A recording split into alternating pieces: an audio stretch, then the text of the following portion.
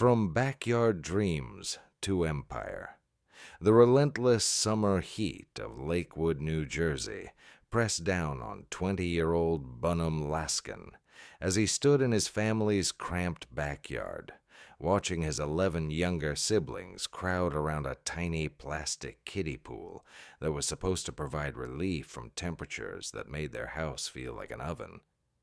The pool was barely big enough for 3 children, let alone the army of kids who called this modest home their refuge from a world that seemed designed for families with fewer mouths to feed and more space to breathe. "Bunim, can we go to the community pool again?" asked Sarah, his 8-year-old sister, her voice carrying the kind of hopeful pleading that broke his heart every time he heard it. "Not today, sweetie," Bunim replied, knowing that the community pool fees, multiplied by 12 children, represented money their family simply didn't have.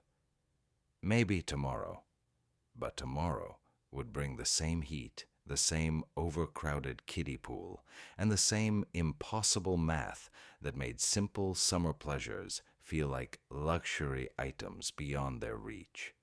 As the oldest of 12 children in a family where every dollar had to stretch impossibly far, Bunim had learned early that wanting something and being able to afford it were often completely different realities. That afternoon, as he helped his mother prepare lunch for what felt like a small army, Bunim found himself staring out the kitchen window at their neighbor Mrs. Goldberg's backyard, where a crystal-clear swimming pool sat empty and unused, its surface reflecting the summer sky like a mirror of missed opportunities. The pool was beautiful, not massive, but certainly large enough to accommodate his entire family with room to spare. More importantly, it appeared to be completely unused. In the 3 weeks since school had ended and the heat had become unbearable, Bunim had never seen anyone swimming in it, never noticed children playing in the water, never observed any signs that this incredible resource was anything more than an expensive decoration. "Mom," Bunim said, still staring at the unused pool, "why do you think Mrs. Goldberg never uses her pool?" His mother, Rivka, looked up from the sandwiches she was preparing, a logistical operation that required industrial quantities of peanut butter, and the kind of efficiency that comes from feeding a dozen children 3 meals a day, every day for 20 years. "I imagine it's lonely for her since Mr. Goldberg passed," she replied. "Empty pools are probably sad reminders when you're living alone in a house that used to be full of family." Bunim felt something click in his mind, not just sympathy for Mrs. Goldberg's loneliness, but recognition of an opportunity that could solve problems for everyone involved. Mrs. Goldberg had a resource she wasn't using, but was still paying to maintain. His family had a need that money couldn't solve, but enthusiasm certainly could. What if there was a way to connect unused resources with unmet needs? What if the solution to his siblings' summer disappointment was literally sitting in plain sight, separated from them only by a fence and the assumption that neighbors shouldn't ask neighbors for access to expensive amenities? That evening, after helping his parents get the younger children ready for bed, a process that resembled a small-scale military operation, Bunim made a decision that would change not only his family's summer, but eventually create a business empire worth tens of millions of dollars. He was going to knock on Mrs. Goldberg's door.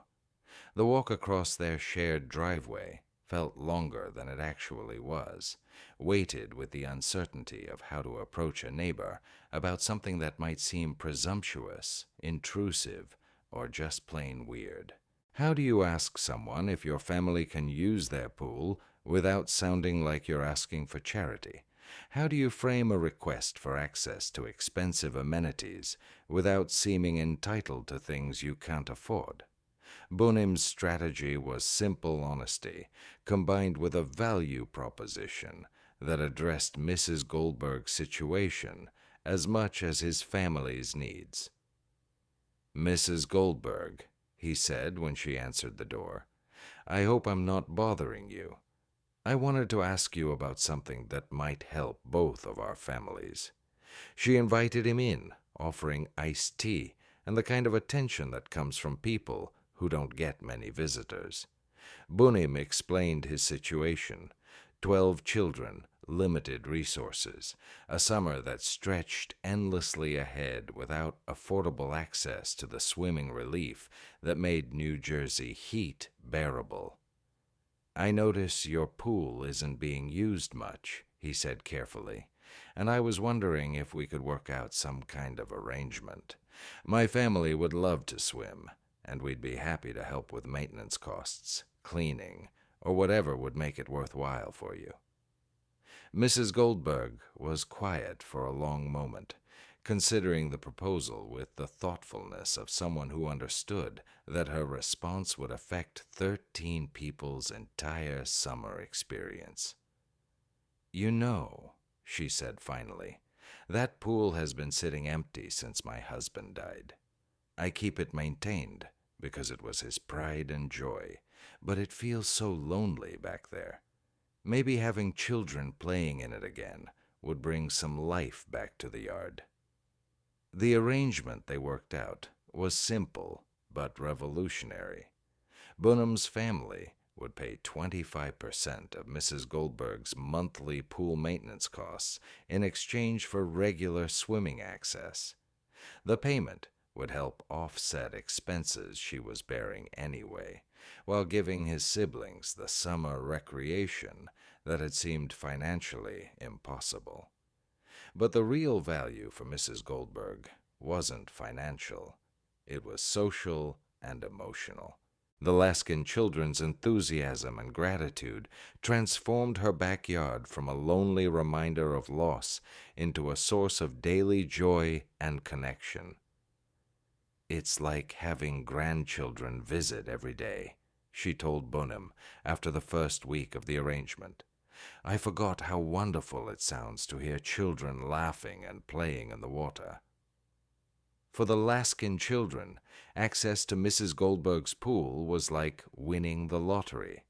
Swimming lessons that would have cost hundreds of dollars at community programs happened naturally through hours of play and practice. Summer days that would have been spent sweltering in their overcrowded house became adventures in Mrs. Goldberg's backyard paradise. But for Bunim, the pool arrangement was providing education in business concepts that no textbook could teach. He was learning about resource utilization, value creation, customer satisfaction, and market dynamics through real-world experience that was both personally meaningful and financially beneficial for everyone involved.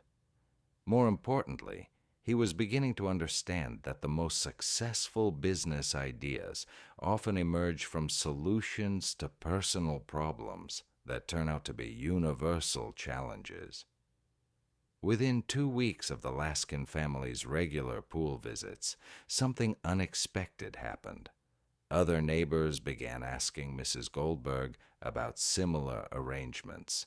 Word had spread through their community about the pool sharing agreement, and other families with limited resources were wondering if they could negotiate comparable deals. "Mrs. Goldberg called me yesterday," Bunim told his parents over dinner. "3 other families have asked her about using the pool. She doesn't want to turn anyone away, but she also doesn't want her backyard to become a public swimming facility." The situation was simultaneously validating and problematic. Validating because it proved that Bunim had identified a genuine need that extended far beyond his own family. Problematic because Mrs. Goldberg's pool couldn't accommodate unlimited families without losing the intimate, personal character that made the arrangement special for everyone involved. But instead of seeing the additional interest as a problem, Bunim began to see it as a market opportunity. If Mrs. Goldberg's pool was too popular, maybe other neighbors had pools that were similarly underutilized. Maybe the solution wasn't limiting access to one pool, but expanding access to multiple pools throughout their community. The research phase began with Bunim doing something that would seem absurd to most 20-year-olds, but made perfect sense to someone who had just discovered that unused resources and unmet needs could create value for everyone involved. He started mapping every swimming pool in their neighborhood using Google Earth satellite imagery. The results were eye-opening. Within a 1-mile radius of their house, Bunim identified over 40 private pools, most of which appeared to be used sporadically, if at all. Large homes with empty pools sat adjacent to smaller homes filled with families who would love swimming access, but couldn't justify the expense of pool installation and maintenance. "It's like Mrs. Goldberg's situation everywhere," Bunim told his parents as he showed them the satellite images on his laptop. "All these pools, just sitting there unused, while families like ours wish we had access to swimming facilities." The next phase of what was becoming an informal market research project involved something that required more courage than any 20-year-old should need for a summer activity: door-to-door sales in the service of community pool sharing. Armed with a simple business proposition and a genuine belief that he could create value for pool owners and pool seekers alike, Bunim began knocking on doors throughout their neighborhood, explaining the concept that had worked so well with Mrs. Goldberg, and asking other pool owners if they'd be interested in similar arrangements. The responses varied widely. Some homeowners were intrigued by the idea of offsetting pool maintenance costs while bringing life to underutilized amenities. Others were concerned about liability, privacy, or the complexity of managing multiple families' access to their private spaces. But enough people were interested that within a month, Bunim had negotiated agreements with 8 different pool owners, creating a network of swimming access that could accommodate dozens of families throughout their community. The logistics of managing multiple pool sharing arrangements taught Bunim lessons in operations, scheduling, customer service, and problem-solving that would prove invaluable as his concept evolved from neighborhood initiative to scalable business model. Each pool owner had different preferences about access times, payment structures, and usage guidelines. Families had different schedules, swimming abilities, and expectations about amenities and services. Coordinating these variables required systems thinking and attention to detail that transformed Bunim from enthusiastic amateur into competent entrepreneur. More importantly, the success of the expanded pool sharing network proved that his initial insight about unused resources and unmet needs wasn't limited to his specific family situation or Mrs. Goldberg's particular circumstances. The concept was scalable, repeatable, and valuable enough that people were willing to pay for access, and pool owners were willing to share their amenities. By the end of that first summer, Bunim had facilitated over 400 pool visits, generating revenue that helped participating pool owners offset their maintenance costs while providing swimming access to families who couldn't afford private pools or expensive community club memberships. But the financial metrics, impressive as they were for a 20-year-old's first business venture, weren't the most significant aspect of what Bunim had created. The real value was social and community-focused. Neighbors who had never spoken were building relationships through shared pool access. Children from different economic backgrounds were becoming friends through swimming activities. Isolated pool owners were reconnecting with the joy their amenities could provide. "It's not really a pool business," Bunim explained to his parents as they reviewed the summer's results. "It's a community business that happens to use pools as the connecting point." That insight would become the foundation for everything that followed. The media attention began when MSNBC discovered the story of the college student who had created a neighborhood pool-sharing network using nothing but satellite imagery, door-to-door sales, and a genuine belief that unused resources should be connected with unmet needs. The television feature introduced Bunim's concept to audiences far beyond New Jersey, generating interest from families, pool owners, and potential partners across the country who wanted to replicate his model in their own communities. But the media coverage also revealed the limitations of Bunim's current approach. Managing pool sharing for 8 families in one neighborhood was challenging but manageable. Scaling the concept to hundreds or thousands of families across multiple markets would require technology, systems, and resources that were beyond what any individual could manage manually. The solution was obvious but intimidating.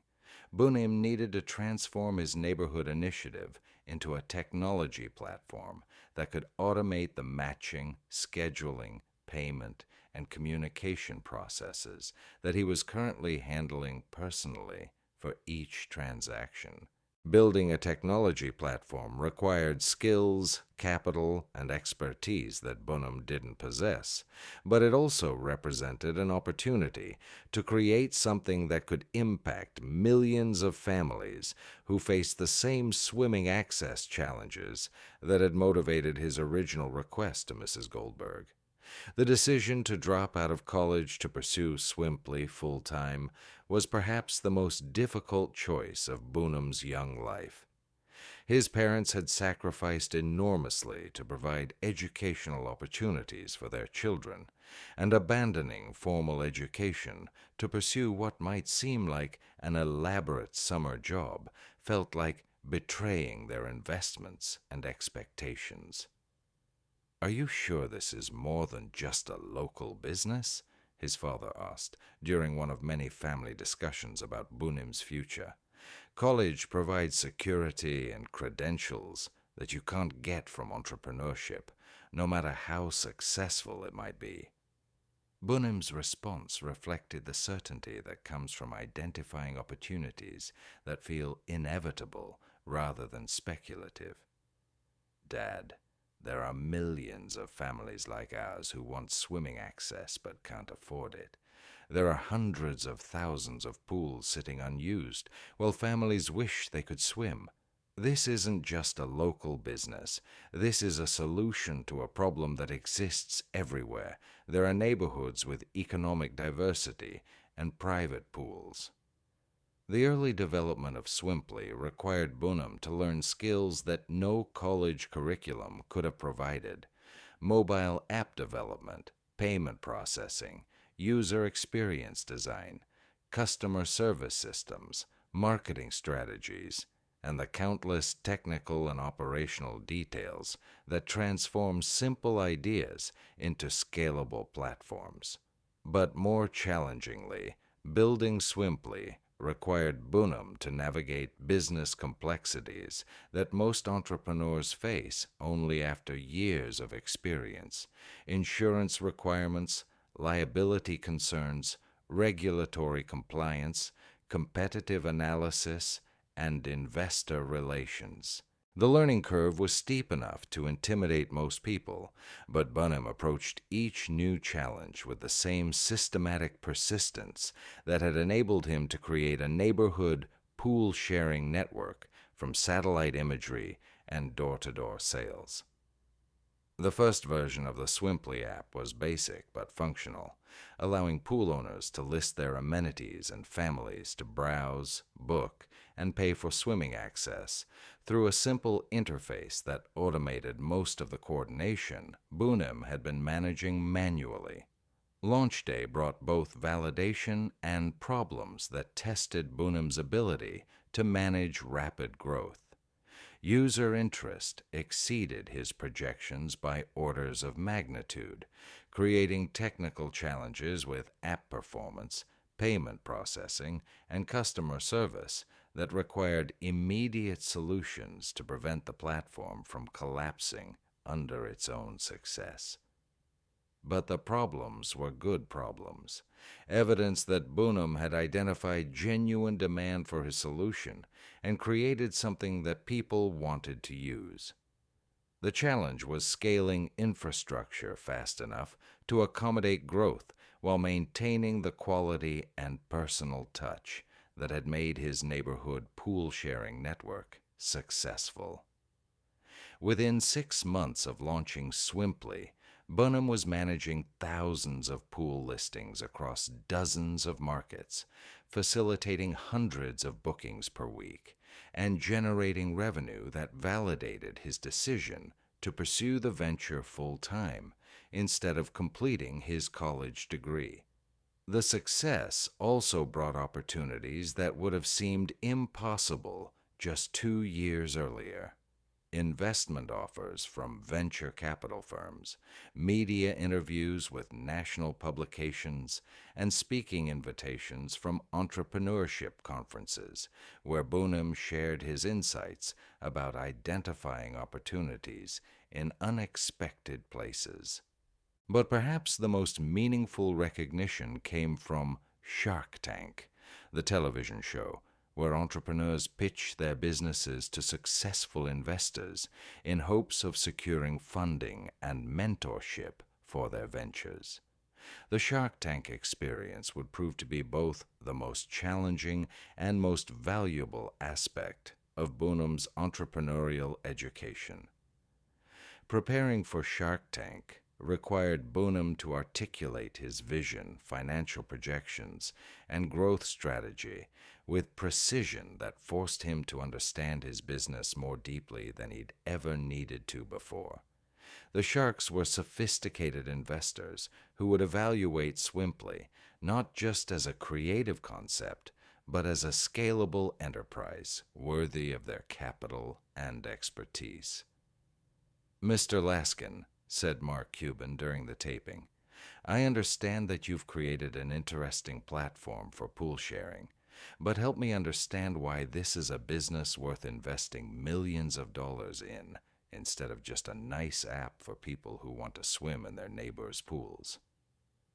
Bunim's response reflected the market insight that had driven everything since his first conversation with Mrs. Goldberg. "Mr. Cuban, there are 10.7 million private pools in America, and most of them are used less than 10% of the time they're available. Meanwhile, there are millions of families who want swimming access but can't justify the expense of pool ownership. Swimply creates value by connecting unused resources with unmet needs, generating revenue for pool owners while providing affordable recreation for families. It's not just pool sharing. It's resource optimization that can be applied to any underutilized amenity." The Sharks were impressed by Bunim's market knowledge, business model, and early traction, but they were also concerned about liability issues, seasonal demand fluctuations, and competitive threats from larger companies that might copy Swimply's concept with superior resources. When the questioning concluded, all 5 Sharks declined to invest, citing concerns that were valid but not insurmountable for an entrepreneur willing to address challenges systematically. The rejection was disappointing, but not devastating. Bunim had learned valuable lessons about presenting his business to sophisticated investors, and he'd received validation that his concept was significant enough to warrant serious consideration from successful entrepreneurs. More importantly, the Shark Tank appearance generated media coverage that introduced Swimply to millions of viewers who had never considered pool sharing, but immediately understood its value once the concept was explained. The post-Shark Tank growth was dramatic and immediate. App downloads increased by thousands of percent. Pool listings multiplied across existing markets, while new markets opened faster than Bunim could have projected. Revenue grew at rates that would have seemed impossible before the television exposure, but the real vindication came when Swimply's growth continued accelerating even after the initial media bump faded. The platform was generating sustainable user acquisition, repeat bookings, and positive unit economics that proved the business model was sound, regardless of publicity cycles.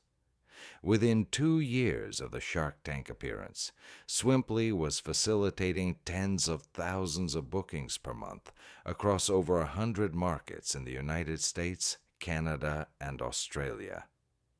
Pool owners were earning thousands of dollars annually by sharing amenities they had been maintaining at full cost while using minimally. Families were accessing swimming experiences that would have been unaffordable through traditional channels. The expansion beyond pools began when Bunim realized that the same principles that made Swimply successful could be applied to other underutilized amenities: tennis courts, basketball courts, game rooms, home theaters, and event spaces that sat empty, while people who wanted access to these facilities couldn't justify the expense of ownership. JoySpace, Swimply's sister platform, extends the resource-sharing concept to any amenity that owners are willing to share and users are willing to pay to access. The expansion validates Bunim's original insight that unused resources and unmet needs create opportunities for value creation, regardless of the specific product or service involved. Today, Swimply's valuation exceeds $51 million, and the platform has facilitated hundreds of thousands of bookings that have generated millions of dollars in income for host families, while providing affordable access to amenities for families who couldn't otherwise afford such experiences. But when Bunim reflects on his journey from concerned older brother to successful entrepreneur, he focuses on lessons that transcend business metrics and financial achievements. The most important thing I learned wasn't about technology or marketing or investor relations, he explains to audiences of aspiring entrepreneurs. It was about paying attention to problems that seem so normal that most people accept them as permanent. My siblings wanted to swim, but we couldn't afford pool access. Mrs. Goldberg had a pool but wasn't using it. Those seemed like separate, unrelated situations until I realized they were actually two parts of the same opportunity. Success came from being willing to ask a question that most people would consider too awkward or presumptuous. Can we use your pool? That question led to a conversation that created value for everyone involved, and that conversation led to understanding that the same opportunity existed throughout our community and eventually throughout the world. The young man who worried about his 11 siblings' summer recreation created a platform that has democratized access to luxury amenities for families worldwide. He proved that the most scalable business opportunities often begin with solutions to personal problems that turn out to be universal challenges. From a crowded kiddie pool to a $51 million empire, Bunim's story demonstrates that entrepreneurial success isn't about starting with advantages. It's about recognizing that disadvantages often reveal opportunities that advantaged people never see. The question isn't whether you have problems that need solving. The question is whether you're willing to ask neighbors, friends, and strangers whether your problems are their problems too, and whether there might be ways to create value for everyone by connecting unused resources with unmet needs. Sometimes the most successful businesses begin with someone knocking on a neighbor's door and asking if they might be willing to share something they're not using with someone who would appreciate it more than they can currently afford. When that conversation creates value for everyone involved, you might have discovered the foundation of an empire.